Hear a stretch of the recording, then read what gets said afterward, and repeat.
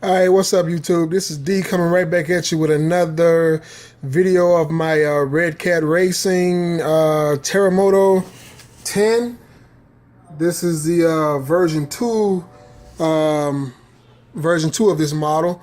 Yeah, so I have a couple upgrades that I want to discuss about the truck, and these was not one of the upgrades. The most major of the upgrades was the center diff, and it was actually a forced upgrade. I did not plan on doing this upgrade, but I was forced to do it because the original center diff broke on the truck.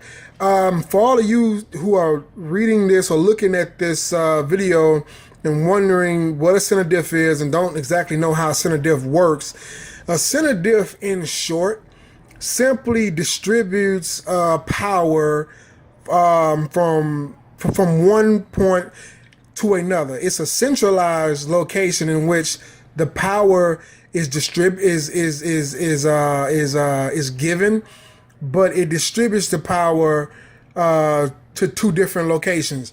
I guess what I can do is just lift the lid on this thing and allow you to see exactly what it is that I'm talking about. In this particular case, what you have here is, if you were to look underneath this truck, let me get it flipped over here. Let me get up under here and let you guys see it. As you can see, you have this portion. This is the front of the truck, and if you can get right in here, I don't know how much you can appreciate that, but if you can get right in here, you can see that there's a gearbox right here. This is your differential for the front end of the trunk. This is your front end differential. You had another one here. It's a gearbox right here as well. For all you who own these trucks or any RC vehicle, is going to come with a differential, whether it's rear pull or all-wheel drive. And in the case of, just as in the case of the Terremoto, as in the case of many RC vehicles, this one here has a center differential. Now, I'm going to discuss this after I discuss these two on the front and rear. So basically what the differential does is, let's just say when I turn this tire here, if you can see, the other tire spins in a opposite direction. You see that? This one's going forward. The other one is actually going backwards. Or in this case, this one is going backwards and the other one is actually moving forward. Okay, so what's happening here is that this differential, these two are connected by the differential beneath this shield right here. On the inside of the differential is what you call spider gears, and it's connected to what could be considered as maybe a spur gear. Spur gear turns, and it allows each of these tires to move independently as well, meaning that I guess I can just press my body up against this wheel right here to stop it from moving, and this one here will still move. You see that? That wheel can still move independently of this wheel right here. And the same thing is going on in the rear right here. But what makes this a little bit more special is that this thing has a center diff that does the same thing. It can allow the front tires to move or to create traction independently of the rear tires. Meaning that if you were stuck somewhere, like, I don't know, in a ditch, in some rocks, or whatever the case may be, as to where the rear tires, the motor is spinning, but the rear tires are stuck. The front end tires can still spin and get you out of that hole. You understand? So you would lose traction here, but you would still have traction here because the differential is allowing the rear end and the front end to rotate or pull independently of each other. That's pretty much what a differential does. And in order to do that, it has to have special gearing on the inside of the little box, the gearbox. And inside of the differential, you would have, like I said at first, it would be somewhat of a spur gear. I know that's not the proper terminology for it, but it would connect with what but it will connect to what is called the spider gears. And if you don't know what all that stuff is, maybe I'll do a video on it later on just to explain it for all the newcomers. But in the meantime, just look it up. There's plenty of videos on YouTube explaining how a differential works. The reason why I said all that to say this. The center diff in this truck is not what is considered a true center diff, and I'm explaining that. In this box over here to the side, a couple of you may have noticed that this box is sitting here. This is the original gear that I got out of the center diff casing or housing when, you know, my truck stopped working. The rear tire stopped pulling. I didn't know exactly what was going on. I was confused. I'm like, okay, obviously I broke something. And come to find out, when I cracked this thing open, and again, I am now talking more so to the more experienced guys than those who may not be that familiar with what a center diff is. This is all that was on the inside of it. It's this right here. This is literally a rod, and you see you got your little hubs here. This is simply a rod with what looks to me like a spur gear on it. I don't know what tooth this is. I think this is a 40 tooth count. Not that certain. I think it should be written on here somewhere what tooth this is. Yeah, there it is right there.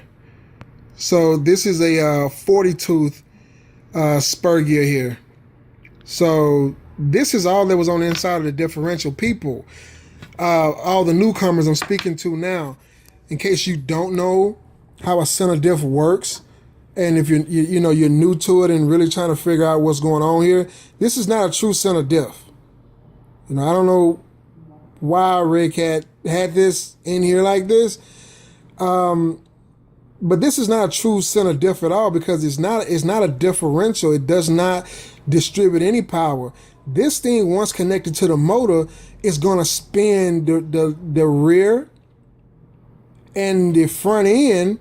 Is going to distribute power even. This is essentially the same as having a locked center diff. Now, like I said, for all the newcomers who don't know, like the terminology that I'm using right now, especially if I'm not using them as properly as I should. I'm not an expert at this stuff either.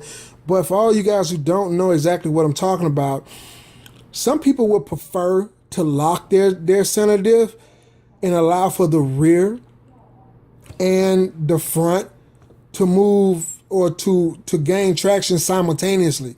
This is for the guys who just like that raw torque, that raw power. You know, the guys out there that like to do wheelies and things of that nature when they're out there and they're ripping up the pavement. This is what those guys like. They like that raw power. A lot of crawlers will do the same thing. Guys who like to got crawl vehicles, they will lock center diffs. They'll lock differentials. You got a lot of drift guys that'll lock differentials, preferably the rear or the front differential for whatever reasons, to improve their drift method.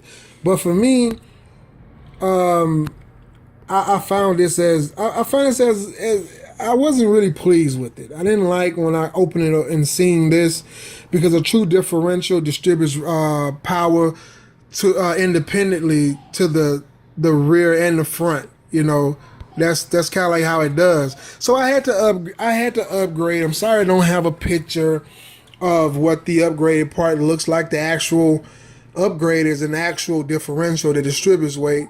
That I did go in and I did somewhat lock it. I put clay in it, and Play-Doh to be more specific. And what that Play-Doh allows it to do is it doesn't completely lock it, meaning that I don't have to worry about things breaking, and I don't really have to worry about my motor getting burned out because of the torque. Because at some point you're going to have a bottleneck or a weak point. I didn't want it to be my motor. So I just put Play-Doh on the inside of it instead of gluing this thing shut like I've seen a few people do. And what the Play-Doh allowed me to do, like I said, is it allowed for the first. Let me explain why I did that. The reason why I went in and I locked it, because I know some of you people are like, why is he complaining about, originally having to lock what is essentially a locked diff if you're just going to go and purchase an actual diff and lock it anyway. Okay, this is what was going on with the truck. During acceleration of the truck, this is the rear. Let me get this thing turned back over for you guys. During acceleration of the truck, what would happen originally with this, what I'm just going to consider this as a locked diff. With the locked diff, what it would do, it would pop wheelies like crazy, and I don't like that. I don't like not being able to control my wheelies. A truck doing wheelie, it shows, it got power, but that ain't really what I'm in it for. I mean, I wasn't really in it for all of that, so I wanted to control how much power is distributed. You can do that by programming the ESCS for one. So that's what I did. I went in and I reduced the punch mode of it. I think originally it's on like 5, and I put it on like 3, maybe 4, so that initially when you pull a trigger, if you don't have as much control on the trigger, it won't just give it 100% throttle, or whatever the case is. It will reduce the amount of power that it have off the line. And that gave me a lot more control of the wheelies and things of that nature. And so that's what I ended up doing. But the reason why I went in and added the clay to it is because once I did put the actual center diff in it, the real one that's in there now, I noticed that during acceleration, the rear wheels, I guess, by the weight and the downward force of it, and this is a big battery pack, so it adds a lot of weight back here in the rear as well.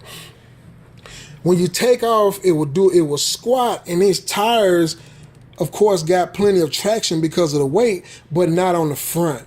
And the front tires would balloon like crazy. And I've seen videos of the Terremoto. This is the 10th scale. I've seen videos of the 8th scale doing the exact same thing. And that was one of the only thing that kept me from purchasing the 8th scale. Because I'm like, I don't like how the tires balloon in the front end, but it doesn't do the same in the rear. I didn't like that. I didn't know why.